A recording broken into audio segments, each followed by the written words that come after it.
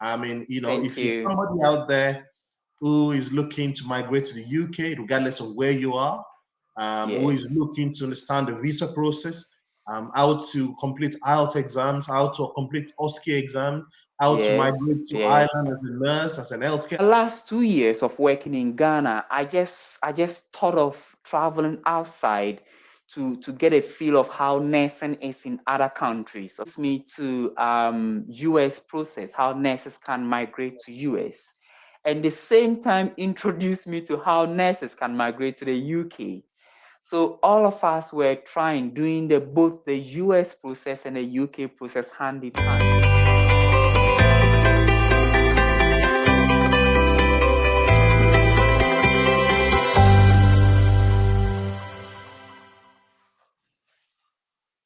Hi, Mordecai. How are you doing today?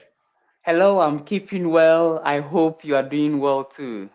Fantastic. I'm doing great. So Mordecai, I just thought I'll bring you onto my channel today.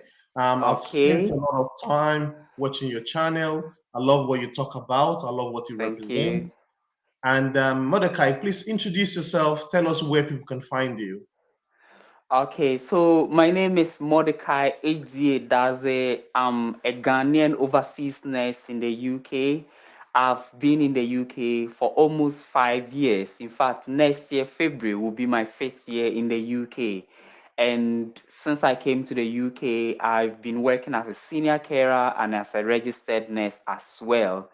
Currently, I work with the NHS, and prior to this, I did work with a private care home. So I have experience in the NHS and in a private care home as well. I live in Bristol. I work in a very big hospital in Bristol, and I also do agency nursing as well. That is move around working in different hospitals and different care homes. So yeah, I've been in the UK. Yeah. That's great, Mordecai. And I believe you've got a YouTube channel as well. What's the Oh, name of your YouTube yes. channel? I've got a YouTube channel. Thanks for reminding me. I've got a YouTube channel. It's called Nature and Lifestyle. Okay. So, Nature and Lifestyle channel, we started shooting videos about nature where we go to zoos, okay, and shoot video about nature, animals. But a lot of people told me they are not interested. They are interested in traveling, in visa, in nursing. So, we had to switch to those kind of videos. So since then, I've been doing videos about nursing, about midwifery, how to travel to Ireland, US, UK, how to apply to the UK NMC, and how to apply for some visas. So yes, Nature and Lifestyle channel on YouTube is good and running. Oh, that's fantastic. Mordecai, I have to say that I'm very, very, I've spent some time watching your channel. I have to say I'm very Okay, impressed with what you do. I mean, thank if you're you. somebody out there who is looking to migrate to the UK, regardless of where you are, who Yes, is looking to understand the visa process, how to complete IELTS exams, how to complete OSCE exams, how to yes, migrate to yes. Ireland as a nurse, as an healthcare assistant, guys, Mordecai's channel is the place to be. Wealth of information.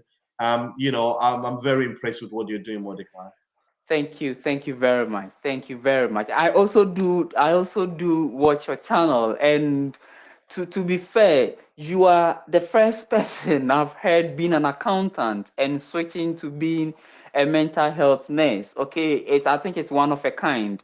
We don't really have that. Okay, so yes, guys, this guy portrays a lot of our vast experience when it comes to nursing and the monetary aspect of nursing, which is very important. Okay, money is very good. So Very, very nursing meets finance, Charlie. Thank you very much. You are putting up a great content. Thank you. Thank you very much. Mordecai, I want to take you all the way back to Ghana, where it all Okay. started. Tell me about your nursing journey in Ghana. For me, I did my nursing in the UK, and I would love to kind of put myself in your picture and see what is it like to be a nurse in Ghana? How many years did it take? What was the process like? What was the journey like? Okay, so Mordecai graduated from the nursing school in 2011, and in Ghana, after you completed your nursing education, you have to do 1 year of service. We call it national service.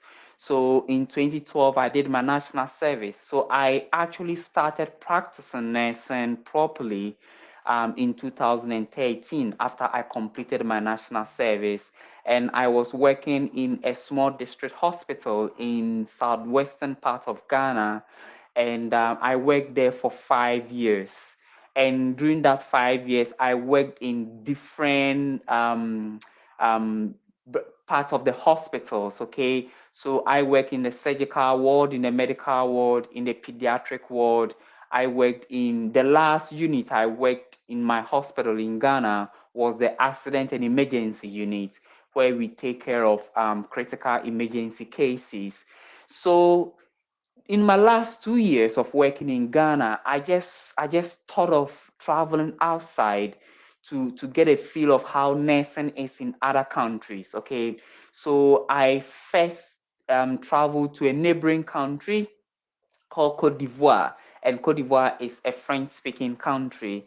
Prior to me going to Cote d'Ivoire, I studied French for 6 months in Ghana, and I traveled to Cote d'Ivoire with a friend.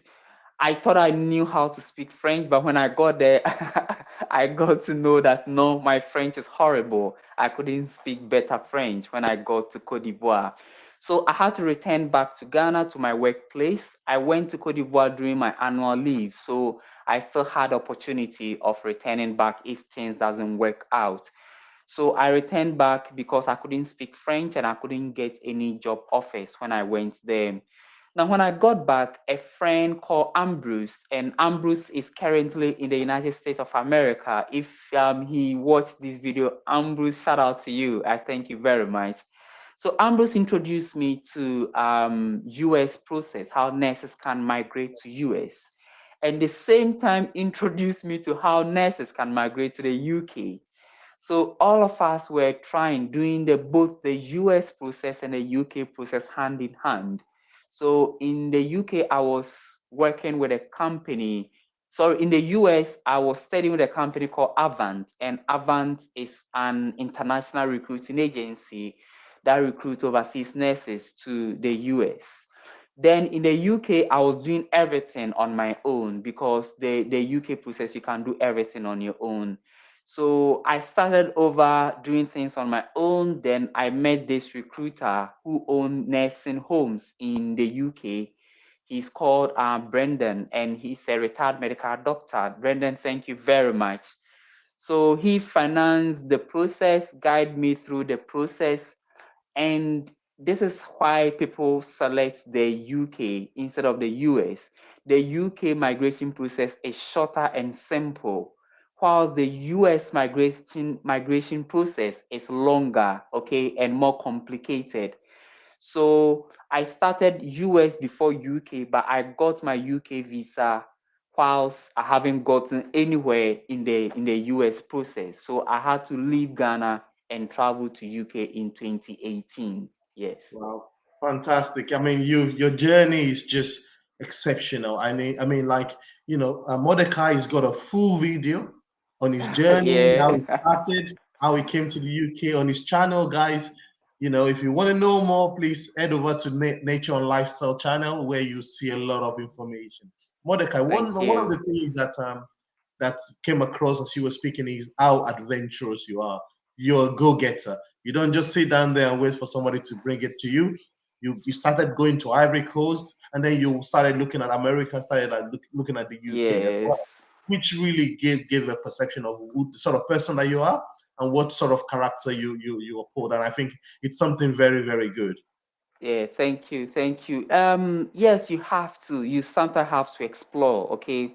You have to explore. And I tell people that when you work in other places, you learn about other culture, you learn more about nursing because yes, nursing may be the same science all over the world, but how nursing is practiced differs from country to country. Even in a particular country, you realize that how nursing is practiced in hospitals are different. Okay, so it is always good to explore, to work in other places, to learn about the way of life of other people, and also to learn more about how to practice nursing. It helps you acquire vast knowledge when it comes to practicing nursing on the world. Yeah. That's really great. What I want to do is take you back to Ghana again, and I want to talk about some of the challenges that you face. What are the pros and cons of being a nurse in Ghana? Oh my God. It's it's a lot. It's a lot. Okay. So before I even talk about the nursing, okay, in Ghana, I just want to paint a bigger picture so that people will understand this. So most African countries are developing countries or underdeveloped country. And this is not only to nursing, but so most institutions or most sectors in African countries don't have the required equipment or the required processes to deliver better care. Okay, it is not me who is saying this is bare fact. Okay, in most African countries, so you find a nursing department, okay, within an underdeveloped country or a developing country. So definitely hospitals, definitely teaching hospitals, health centers, the whole health system is also underdeveloped. Okay, so you find yourself in a place where the health system is still developing. One of the main difficulties you face is lack of some equipment, okay? Lack of things that you should work with. And look, I'm not talking about the CT scans, I'm not talking about the MRI machines, I'm not talking about the big equipment that developed countries use. I'm talking about the very simple items you need to assist your patient with care. And this is about the gloves, about needles and syringes, about cotton, about gauze, about plaster, about tape, about the very simple things sometimes you don't get. And this makes healthcare delivery quite difficult in most African countries, of which Ghana is part. Okay. Yeah, yeah. So getting access to simple items to deliver healthcare is difficult. Okay. Then also another problem is upgrading yourself. Okay, that is career development. It is very expensive furthering your career in most developing countries like Ghana. It is very expensive. Most nurses back home would have to go for loans. Okay, even after working for so many years, they have to go for loan in order to further their career. And even getting the opportunity to further your career is even not easy. So I remember I worked in a hospital back in Ghana, and after 3 years, I decided I always wanted to teach in nursing universities. Okay, always wanted to teach nursing in university, so I wanted to upgrade myself towards that path. I applied for school, I didn't get it. I applied for study leave, I didn't get it. It's in Ghana, and I'm a Ghanaian. Okay, I've worked so hard as a nurse, and I've gotten some awards even in my hospital, but still I wasn't given the opportunity. So career development is also one of the problem. Then another one is salary. Okay, the amount of money you earn. Guy, it's, I know nursing in Ghana as compared to other profession, people will say our salary is a bit better, but it's not good. It's not good in the sense that there's so much inflation, there's so much difficulty, the prices of goods and items always going up, but your salary remains the same. Okay, so if you don't take care, you can't make ends meet. If you have family and you want to take care of your immediate family and your extended family, so salary is also another problem. Then another thing is speciality. Now, you realize that in most developing countries like UK, in a hospital, there's so many areas that you can specialize as a nurse. Okay, we have the respiratory, we have cardiology, we have mental health that you are part. Okay, we have Ecology, psychology. Yes, everything. we have so many areas that you can specialize. This is not the same in developing countries like Ghana. So in a hospital, we have the medical ward and we have the surgical ward. That is it. Yeah. Okay. Medical ward, surgical ward. If you're lucky, you will get a pediatric ward. I know there's always the maternity ward in hospitals, but there are not many avenues where you can specialize. So specialization is also one of problem that you face. Then another problem is, I know people not like me with this, but it's victimization. Okay, so most hospitals in Africa are structured, or in Ghana specifically, are structured such that before you climb up the ladder, okay, you need a helping hand of your superior. Without the helping hand of your superior, it looks impossible for you to get promoted. Okay, so let's see a scenario where you have a problem with your superior. Then what happens? You will not get promoted. You Yeah, can work especially for when it's 5. difficult to move to another area, to specialize in Yes, another area. that is it. You just remain at where you are, and people have worked for 5, 10, 15 years, and this problem, okay, is a real issue back home. So I know there are so many problems, but these are just a few I could remember and mention now. Now, for the good side, okay, for the good side, so obviously Ghana is where I come from, so I can relate to the patient very well. Okay, I can speak my local language very well, and in nursing communication, language plays a very essential role. Okay, a lot of nursing have told patients in the UK about something that the patient didn't understand.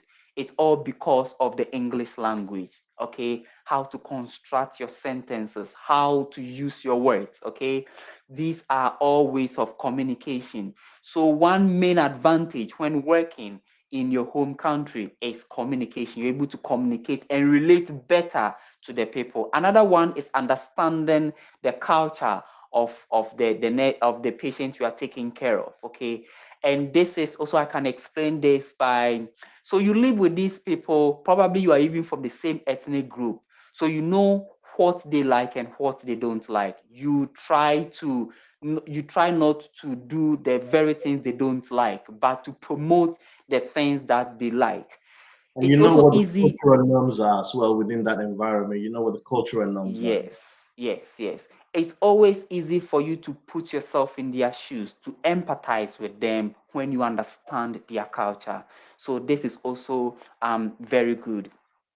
That's Then really good. another way is, I know this is also controversial, but the issue of favoritism, nepotism, and sometimes to a larger extent racism. Okay, Mm, you don't experience that. You don't. Yes, you experience one or two fights with colleagues, which happens everywhere in the world.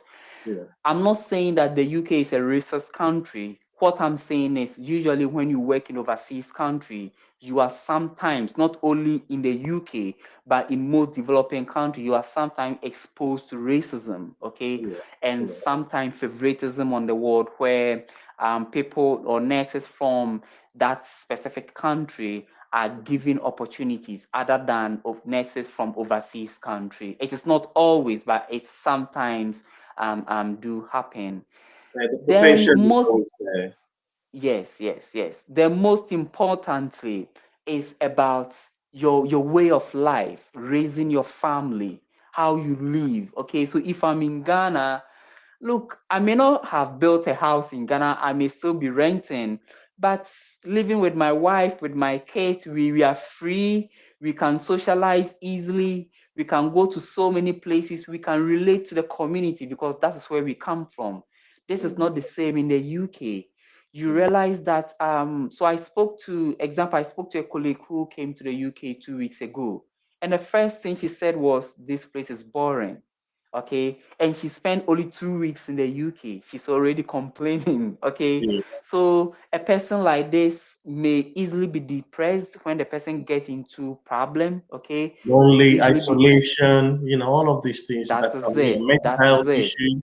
Yeah. that is it. That is it. So you are prone to a lot of mental health issues because sometimes you don't have people to communicate with. So I would say these are some of the problems that these are some of the advantages that if you are in your home country, you enjoy. Yes. No, that's really good. Thanks a lot for sharing that with us. Guys, if you're getting value from this video, please don't forget to like, subscribe to the channel. One of the things that I find very fascinating or find very shocking when I look at developing countries is that in some of these countries, before you are even administer the medication, you have to go and buy the medication. Somebody has to go to the pharmacist to buy it before your blood is taken. I find this difficult to deal with when, before something as basic as taking blood, you have to go and buy something before anybody even deals. How do you Yeah. deal with that? How do you guys on the ground deal with things like that? Even ethically, morally, empathetically, how do you deal with that? Okay. Yeah, I know. Sometimes it's always difficult. Okay, it's difficult because at the end of the day, you the nurse. Okay, at the end of the day, you the nurse is the one who is beside the patient. Yeah, Okay, if the patient is dying, the laboratory technician is far from the patient. The pharmacist is far from the patient. The doctor may be sitting in his or her office. The accountant is far from the patient. The only health professional who is beside the patient at the most distress time is the nurse. yeah, So it's very depressing, and I know this is a systemic problem, but patients tend to blame nurses more because they are the people they can see. The yes, problem may not be from the nurse. Okay, so it is a whole big systemic problem that most hospitals in Ghana or most patients in Ghana go through. You have to literally buy almost everything. The health insurance back home is not strong, it's quite weak as compared to the one in the UK. So example, if you have a big wound on your leg, you are most likely asked to go and buy your own gloves, your own gauze, your own dressing items before that wound can be dressed. Okay, wow, you are most likely be asked to go and buy your own medication. So if you don't have the money, then you know what is going to happen. And wow, this is a very sad situation. It is not good because ethically and morally it's draining. Sometimes you go home and you start asking yourself questions, yeah, and it's a systemic problem, but you tend to blame yourself. And I know yeah, so many nurses have been affected as a result of this. And yes, nurses are being blamed for problem that is not their making, yeah. but they are being blamed for it, Systemic which is problem. not good as well. Yeah. There's a lady that I follow who owns a company called Guba, and I think her name is Denta. And what she does is every year she actually brings nurses to Ghana, nurses of different disciplines to Ghana. And one of the things that these overseas nurses that go to Ghana say is that the mortality rate, the mortality rate for people that are dying because maybe there's no oxygen, there is no, Yes. especially childbirth and all of these, the level of pain, and they just struggle to see that why somebody could die because of something so basic. I mean, it's something Yes. that it's real. I mean, for those of you guys on the ground, it must be very difficult to deal with. Yes. So let me give you a life experience example. So I came to UK in 2018, and prior to this, around 23 years before that, around 2015, there was this big problem in Ghana about our erratic electric supply, where there were so much power shortages that we couldn't get a consistent power supply all over Ghana. And I went on one night shift. I was working in the accident and emergency unit. I went on a night shift. In the hospital, we have two ways of delivering oxygen to patients. Okay, we have oxygen concentrator, which is a machine that you just plug it and it delivers oxygen. Then we also have our normal oxygen cylinders that you have to go and fill them to use them. So one night we were using the oxygen concentrator, delivering oxygen to a patient who required it. Okay, the doctor instructed us to give it because the patient was very sickly and required oxygen. We were using it when the light went out. Okay, so when it went out, we went for our oxygen cylinder, and I don't know what happened. The oxygen just got finished in about 30 minutes. So here lies a patient who badly needs oxygen. We don't have light to power our oxygen concentrator. The hospital had a generator, but there was no fuel to power the generator. So the patient was just there. We didn't have any oxygen. And sadly, the patient died in a few hours later. Okay, by the time we had power back on to power the oxygen concentrator, the patient was already dead.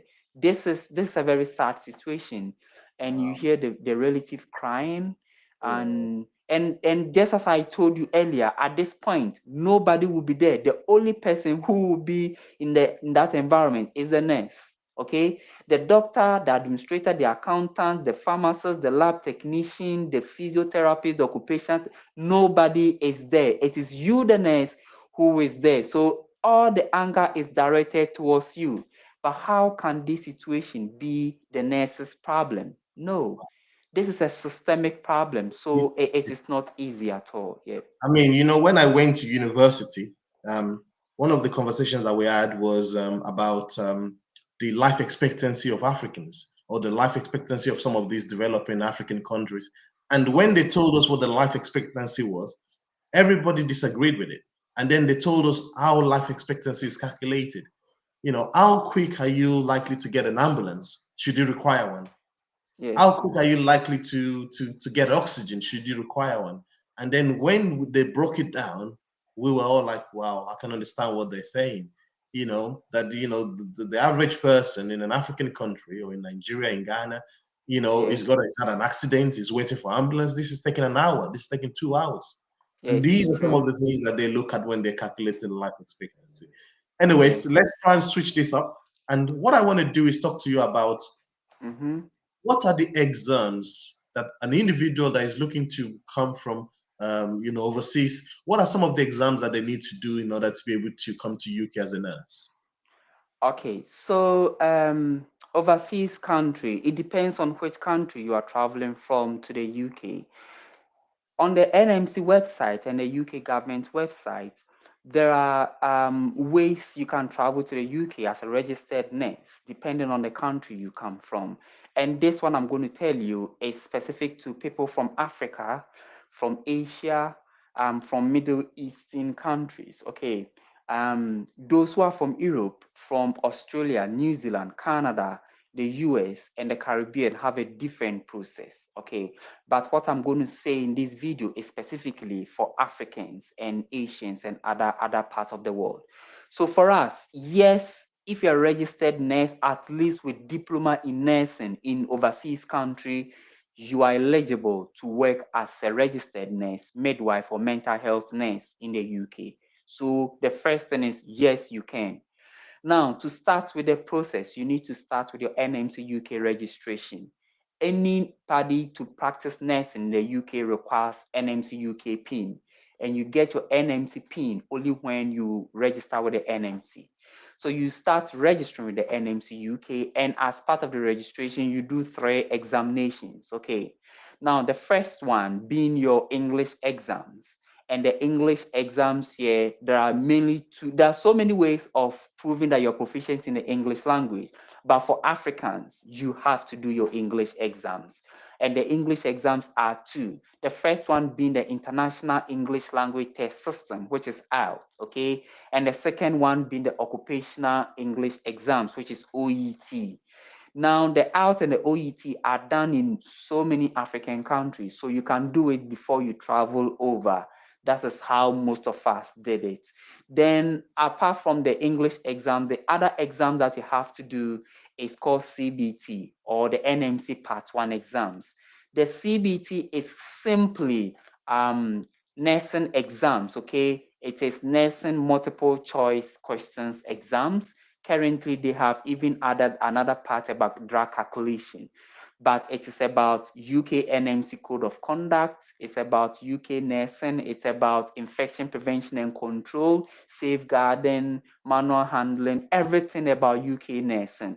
They will ask you questions, then you answer them. Then we have the last one, which is the OSCE exams. Okay, the OSCE exams, I always explain to people that it's like nursing practicals exams, where you have to prepare a care plan for a patient, where you have to go through the nursing process. And if we remember the nursing process back in our nursing education, you assess a patient, you plan care for the patient, you implement the care you planned, and you evaluate all the implementation that you have done to see if it has achieved a better result. So you do this simple process and you get your pin to work as a nurse in the UK. That's really good. That's really good. And my understanding is that recently there's been some changes in the IELTS exams. I'm not sure if it's implemented or they're going to be implementing it soon. Okay, so yes, the NMC is looking to make some changes about the marks that you have to get in order to be deemed that you've passed the IELTS exams. Okay, and the first one is about the band score. Okay, what is the required band score? They want to review it. Currently, the band score is 7. That's a total band score of 7, of which you have to get 6. Sorry, of which you have to get 7 in listening, 7 in reading, 7 in speaking, and at least 6.5 in writing.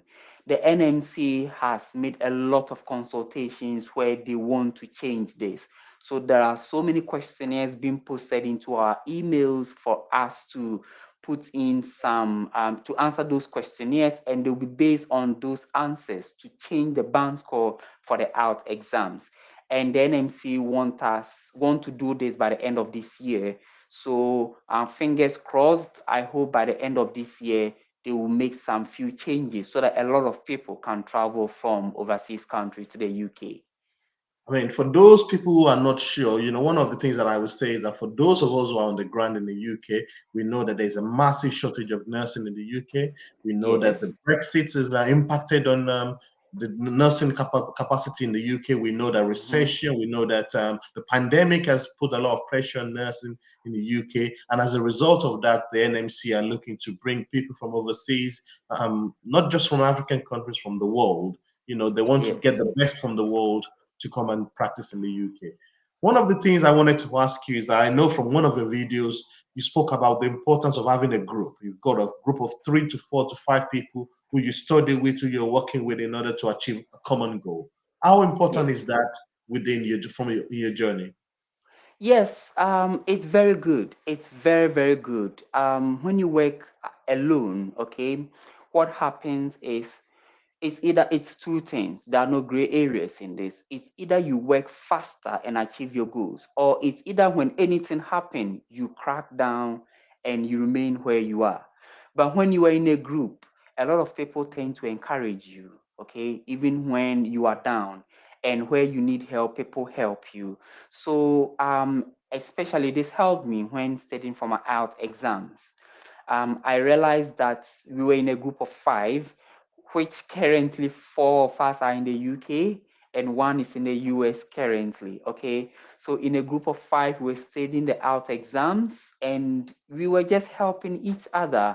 We were sharing ideas and we gave ourselves assignments that in our individual time we study and we come and share what we've learned during group meetings. So it is very good. It is not only out exams, when preparing for the CBT exams, when preparing for the OSCE exam, whichever examination you are preparing for, except when you don't have anybody, to study with. But if you have the opportunity to study with other people, I will advise you to study in a group. It is very helpful. That's Yeah. really good. One of the things that you've done on your channel, you spoke about nursing in Ireland. Could you just give me a bit of a summary as to what people need to be doing if they want to go to Ireland as a nurse? Good. So Ireland is a good country. It's a very good, beautiful country. Okay, and it is the only English-speaking country in the EU, the only English-speaking country which is part of the EU currently after Brexit. Now, to go to Ireland, the process is a bit similar like that of the UK. Yes, you have to be a diploma nurse at least. Okay, so diploma degree nurses or nurses with masters can all travel to Ireland. If you have less than diploma, you are not eligible to practice nursing in Ireland, just as UK. And to start with, you have to do what we call the NMBI registration process, and it is Nursing and Midwifery Board of Ireland. Okay, you need to register with them. Now, as part of the registration, you submit some documents to them. Their process is a bit more complicated as compared to registering the NMC UK. It's longer as compared to UK, but if you are determined, you can get through it because a lot of people have been successful and are currently working in Ireland. Now, As part of the process, you submit some documents to them. They evaluate your documents. You submit transcript, your nursing degree certificate, your nursing registration certificate that you got in your home country. Okay, you submit all these documents to them.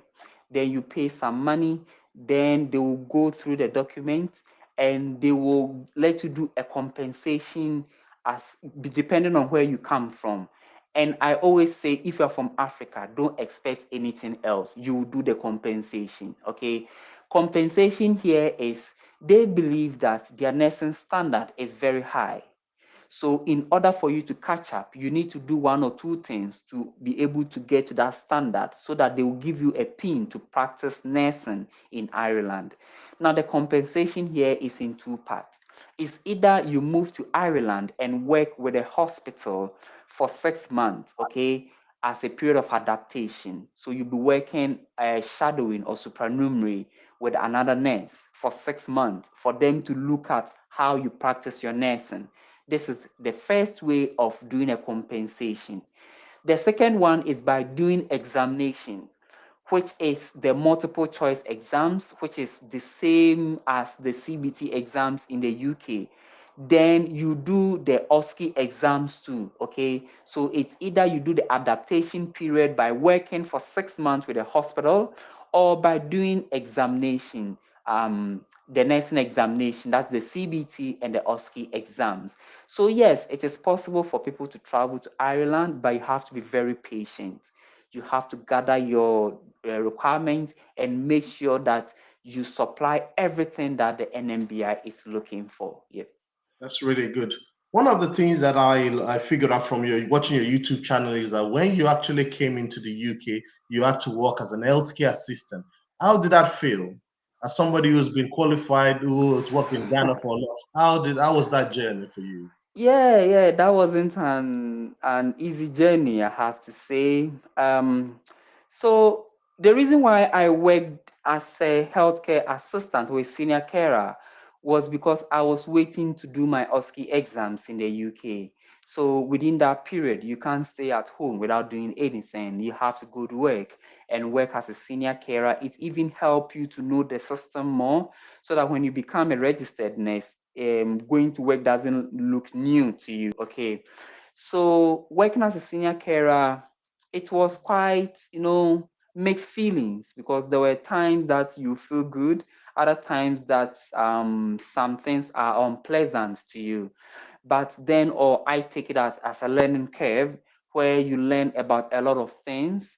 And to me, I even told my next manager that it helped me because I got to know the work of a carer.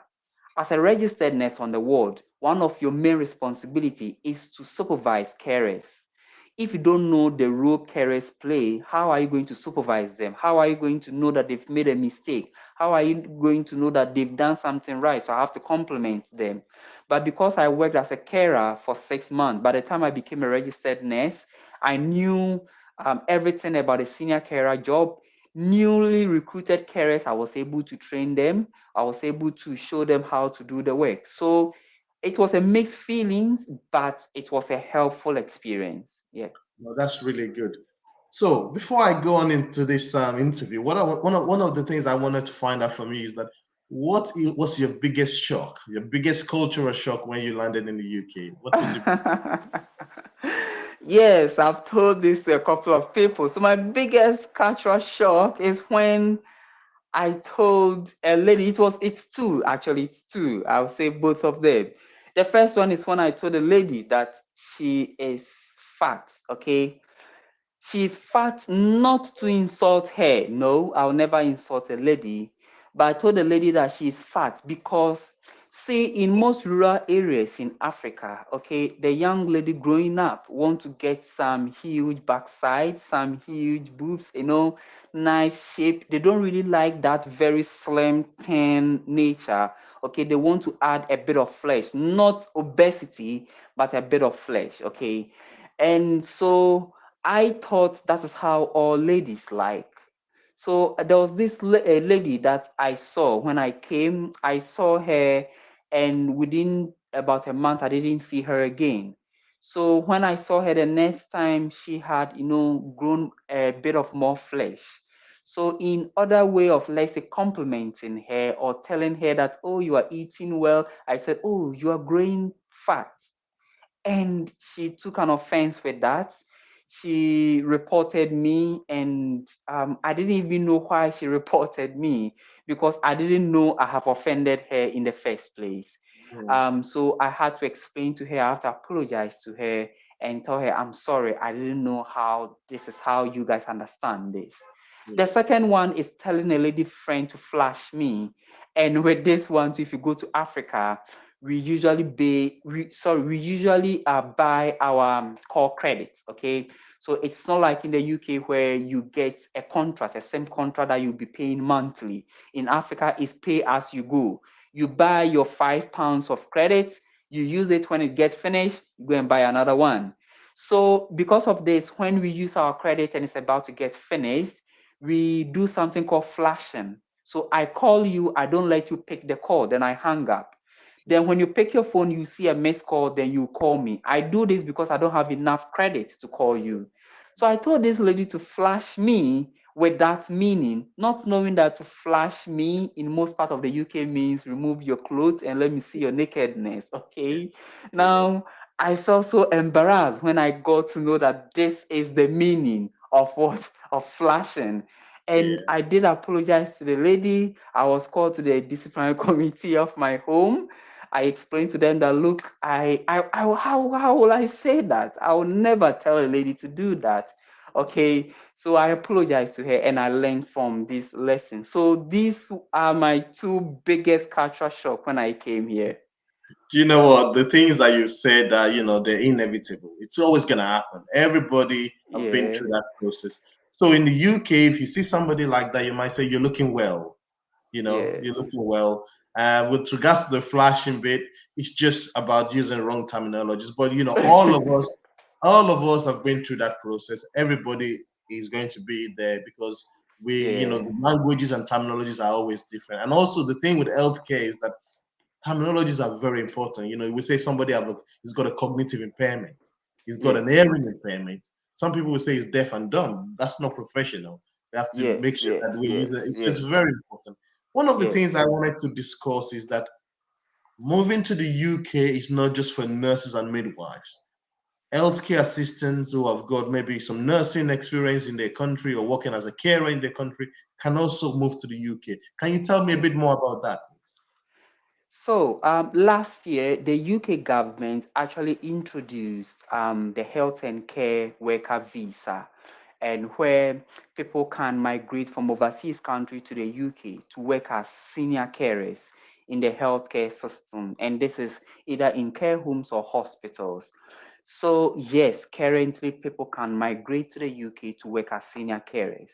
And this one, healthcare professionals can migrate. Even non-healthcare professionals can also migrate. But their process is a bit complicated. To get a job as a non-healthcare professional, it's a bit complicated. You have to do a lot more to convince the hospitals and the nursing homes to work in the UK. Now, for those who have healthcare background, so you need some specific requirements. That is, you need experience first, which is good. And I do advise people to get at least 2 years experience. Okay. If you have 1 year experience, not bad. But if you don't have any experience, that is very bad because you may not get a recruiter in the UK.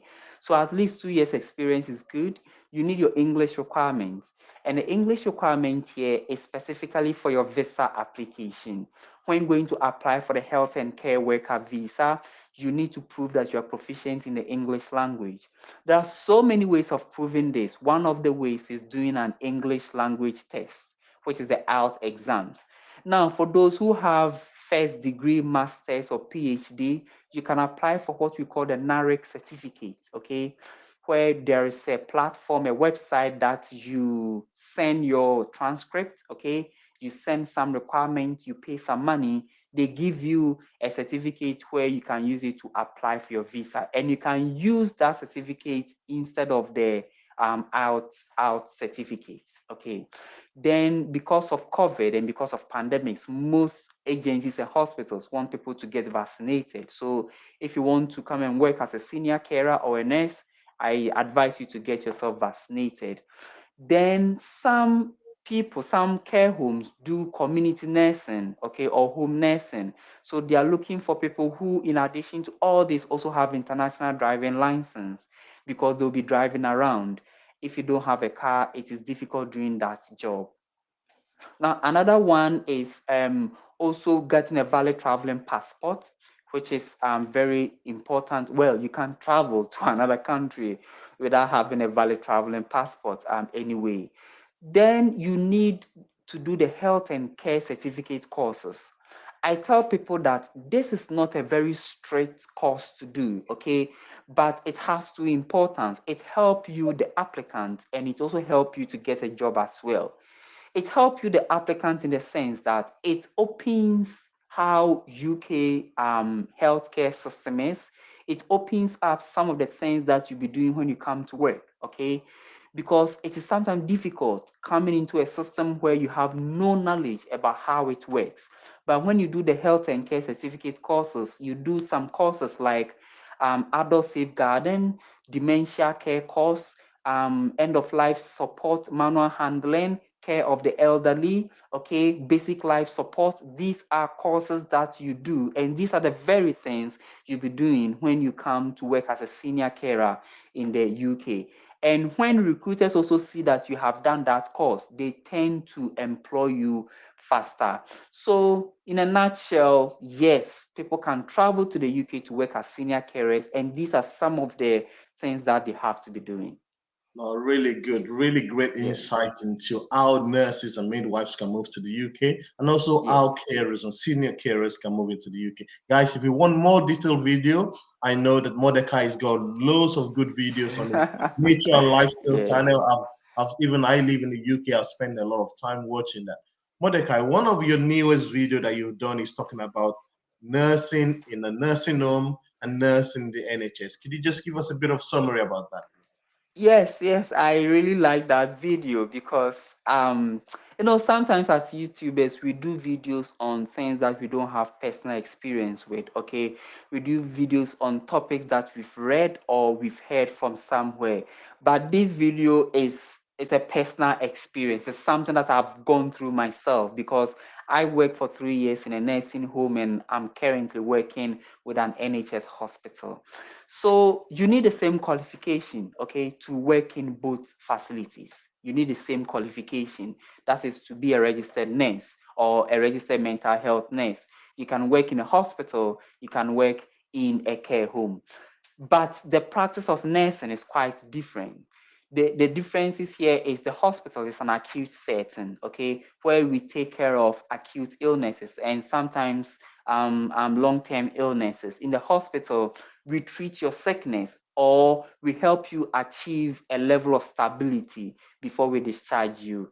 You are not admitted into the hospital forever. No. Except when you are in end of life care or palliative care, where we know that you don't have much time to live on earth. So you are kept in the hospital until you pass away. But this is not the same thing in care homes. Care home is a long-term facility where we provide long-term care to patients, or not so to residents with long-term illnesses. And in care homes, usually we have the elderly patient, and there are some care homes that also take care of patients with learning disability. Okay, now in care homes with the elderly patient, most of them have mental health illnesses. We have our dementia, where Alzheimer disease tops it all. We have schizophrenia, okay, we have depression, we have our bipolar disorders, okay, we have so many mental health illnesses in the care home. And these are long term, not acute illnesses. And I have to say, if somebody in a care home gets any acute serious illness, the person is actually transferred to a hospital for treatment. And when they get treated, they are transferred back. That's In the really good. care home, a lot of things happen, okay? So as part of your scope of work, let me take medication. In the care home, we don't administer intravenous medications. Um, We administer intramuscular and subcut medications. We administer oral, topical medication, rectal medications, okay, but no intramuscular medication. So no intravenous, sorry, no intravenous medication. So you realize that in the care home, we don't have things like central venous access devices. We don't have PIC lines. We don't have other deep intravenous tunnels or medication administering instruments. All these are found in the hospital. Okay. Now you also realize that in the care home, they do very well when it comes to salary. They pay very well. The salary in care home is very good. And I was receiving about £20 in my care home, okay, only to come to the NHS and receive something very low, very, very low, okay, than that. But I joined the NHS because the NHS give other advantages that I think outweighs the money that you earn in a care home. And this is career development. And look, this is very important. I tell people that within 6 months of joining the NHS, I studied so much, which in turn was more than what I've studied all the 3 years I worked in a care home. Okay, I did a lot of courses and I got to know so many aspects of nursing. I've done shifts in a lot of specialty in the hospital. So it's not like the care home where you worked only one specialty, mental health, or learning disability. In the hospital, there are so many places for to work there. Also in the hospital, some of the things that they do is, NHS workers, we have a lot of benefits. Okay, we have discounts, and you can use this discount to buy a lot of things, something that most private nursing home will not offer you. And I also did speak about sick leave and maternity leave, where in the NHS, yes, you can't call in sick forever, but in the first few couple of times that you call in sick, you are likely to be paid depending on the hospital's sick leave policy.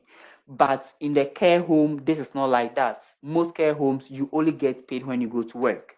So just those who want to join care home, just bear in mind. Okay. Now, something also in care home that you face is sometimes, and I know I didn't say this in my video, but I want to say this first on your video here. Really good. Sometimes you tend not to do things that are related to your nursing work. Okay. So, example, if the cook in the kitchen calls in sick, somebody would have to go and support. And sometimes you are pulled from your nursing work to go to the kitchen. Sometimes, too, when the person doing the laundry calls in sick, the laundry has to be done. Somebody from the nursing team have to be pulled to the laundry room to do it. So there are some few occasions where in the care home, in some situations, you don't do things that are related to your nursing work. You can't see this in NHS hospitals. Yeah. Well, I don't care if the cook doesn't come to work in the NHS hospital. That is their problem. I am specifically in at work doing my nursing Yes. job per my nursing job description. Okay, so these and more are some of the differences in working in a care home and in NHS hospital. And I think one of the reasons for that is because of the size, the sheer size of the NHS compared to the Yeah, sheer size of the nursing home. I mean, of another course. good thing about about NHS is that they've, for those who are staying for a long period of time, the pension scheme is very, very good. It's That's something good. that everybody in the NHS talk about. They've got really good pension Yes, scheme. that's good. That's very good. Yeah. Yeah. So Mordecai, to round up this video, what I want to talk about is your current role. Actually, before I do that, what I want to say as well is that one of the advantages of working in the NHS is that if you're thinking of working in an area of specialty, maybe let's say gastro or ophthalmology or Yes. any area, you can actually dip your fingers in. Just say, hang on a minute, I'm going to go and do one shift over there, see if it's for me. Yes. Sometimes you can join the bank. The bank allows you to work everywhere. You say, let me go Yes, and it's try that true. out. Is it for me or is it not for me? So, those are some of the advantages of the NHS. And again, for full video of conversations around the differences, please go to Nature and Lifestyle because I can tell you that Nature and Lifestyle channel is where to be for that. Finally, Thank you. Mordecai, Thank you very much. it's all Thank right. you. Mordecai, tell us about what you're currently doing now, what area you're specializing in, and give us a general overview of your day-to-day role. Okay, so currently I work in a hospital in Bristol. I've been working in the hospital for the past 18 months. Okay. I'm currently working in step down cardiology stroke general medicine ward, where we take care of patients who are stepping down from cardiology ward. Okay. I've also done a lot of shifts in the AMU. I've worked in the ED department. I've worked bank shifts all over, okay? But my main ward is step down cardiology stroke general medicine ward. And currently I'm looking to specialize. You can't remain on the ward forever. You definitely have to move to somewhere because you are stronger, you are younger, you can work on the ward with a lot of energy. But as you get older, you can't apply the same energy when you were young. So you have to move to some areas of the nursing job where it doesn't require more physical strength, but it may require more, psychological or mental strength. Okay, so that's what I'm looking into. And one of the areas that I really fancy is cardiology nursing, where you go into cardiology nursing, you can become a heart failure nurse. You can move to the ward and review heart failure patients, not specifically doing bedside nursing, but you can review patients with heart failure. And that is a specialty that I'm looking at. I also fancy the endocrine specialty where you go deep into diabetic nursing. Okay, you become diabetic nurse specialist where you review diabetic patients on the ward when they are referred to you. So that's what the NHS gives you. It gives you a lot of opportunities and a lot of areas where you can specialize. Yeah. Yeah, that's really good. I mean, before I forget, what I need to say is I've got a video on my channel where I interviewed my little sister, who is a Oh, diabetic pharmacist, yes, yes, yes. and it's one that you need to have a look at if you haven't seen. It's really, really detailed. That's that's Yeah. that's good. That's very helpful video, insightful, thoughtful video. Yes. That's great. I mean, one of the things that come with specialism was being a specialist nurse is also there's an increased pay, there's an increased demand, there's an increased pay, and also there's there's a totally different arena on its own, and it comes with a juicy wage as well. So before I round up, I mean, Mordecai, tell me about Bristol. Tell me about what it's like living in Bristol. How things that you do on your weekend. What do you do to keep yourself busy? Okay, so Bristol is a nice city. Okay, it's a beautiful city. One of the biggest city in the UK, and I know people in Bristol may not like this, but I want to be fair and sincere to everyone. Okay, this is how I do my videos. I will not advise you to come to live in Bristol.